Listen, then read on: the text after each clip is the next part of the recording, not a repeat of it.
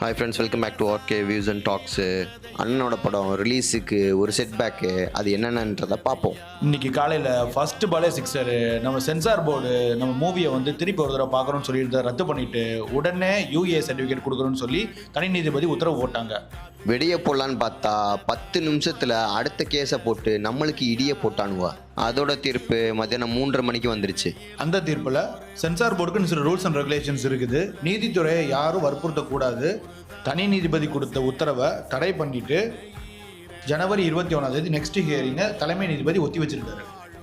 Anyway KVN productions நாளைக்கோ இல்லை மண்டேயோ கண்டிப்பாக மேல்முறையீடு செய்வாங்க. அதோட அப்டேட்ஸை உங்களுக்கு நான் சொல்கிறோம். அது வரைக்கும் டாட்டா பாய்.